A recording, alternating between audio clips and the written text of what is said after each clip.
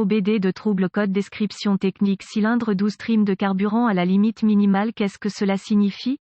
Il s'agit d'un code de diagnostic générique (DTC) du groupe motopropulseur et s'applique généralement à tous les véhicules OBD2 à essence. Cela peut inclure, mais sans s'y limiter, les véhicules de Mazda, Land Rover, Jaguar, Subaru, Ford, BMW, Dodge, etc. Bien que génériques, les étapes de réparation exactes peuvent varier selon l'année, la marque, le modèle et la configuration du groupe motopropulseur. Un code P02C7 stocké signifie que le module de commande du groupe motopropulseur PCM a détecté une condition extrêmement riche dans un cylindre de moteur spécifique. Dans ce cas, c'est le cylindre croisillon 12. Le PCM utilise le système de compensation de carburant pour augmenter ou diminuer le débit de carburant selon les besoins. Les signaux d'entrée provenant des capteurs d'oxygène fournissent au PCM les données nécessaires pour régler la compensation de carburant. Le PCM utilise des variations de modulation de largeur d'impulsion d'injecteur de carburant pour effectuer des changements de rapport air-carburant. La compensation de carburant à court terme est calculé en permanence par le PCM, il fluctue rapidement et est l'un des facteurs clés dans le calcul de la compensation de carburant à long terme. Chaque véhicule a des paramètres de pourcentage de compensation de carburant minimum et maximum programmés dans le PCM. Les paramètres pour la compensation de carburant à court terme sont beaucoup plus larges que les spécifications des paramètres pour la compensation de carburant à long terme. De petites variations de garniture de carburant, généralement mesurées en pourcentage positif ou négatif, sont normales et n'entraîneront pas le stockage d'un code P02C7.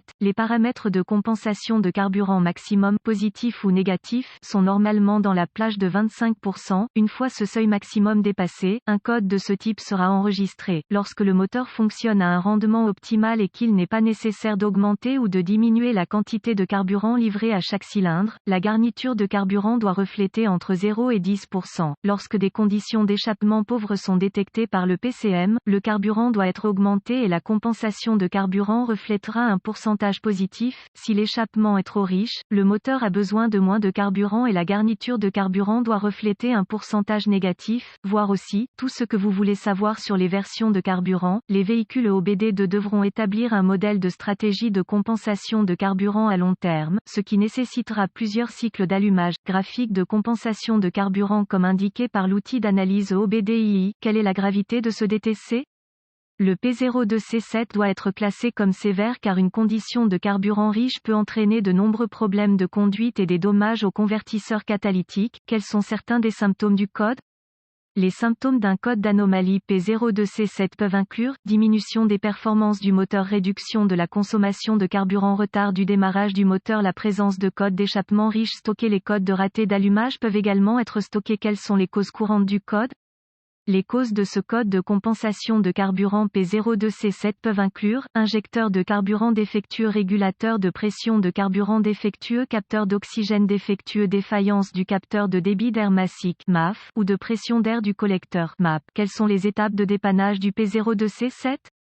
Si des codes liés au MAF ou au MAP sont présents, diagnostiquer et réparer les avant d'essayer de diagnostiquer ce code P02C7. Je commencerai mon diagnostic par une inspection générale de la zone du rail d'injection de carburant. Je me concentrerai sur le régulateur de pression de carburant et la source de vide pour le régulateur de pression de carburant. Le cas échéant, je voudrais vérifier le régulateur pour des signes de fuite. S'il y a du gaz à l'intérieur ou à l'extérieur du régulateur, soupçonnez qu'il a échoué. Si aucun problème mécanique évident n'est découvert dans le compartiment moteur, plusieurs outils seront nécessaires pour poursuivre votre diagnostic. Un scanner de diagnostic, un voltomètre numérique DVOM, un manomètre de carburant avec adaptateur, une source d'information fiable sur le véhicule. Ensuite, je connecterai le scanner au port de diagnostic du véhicule. Je voudrais récupérer tous les codes stockés et figer les données de trame, puis les écrire tous pour une utilisation ultérieure.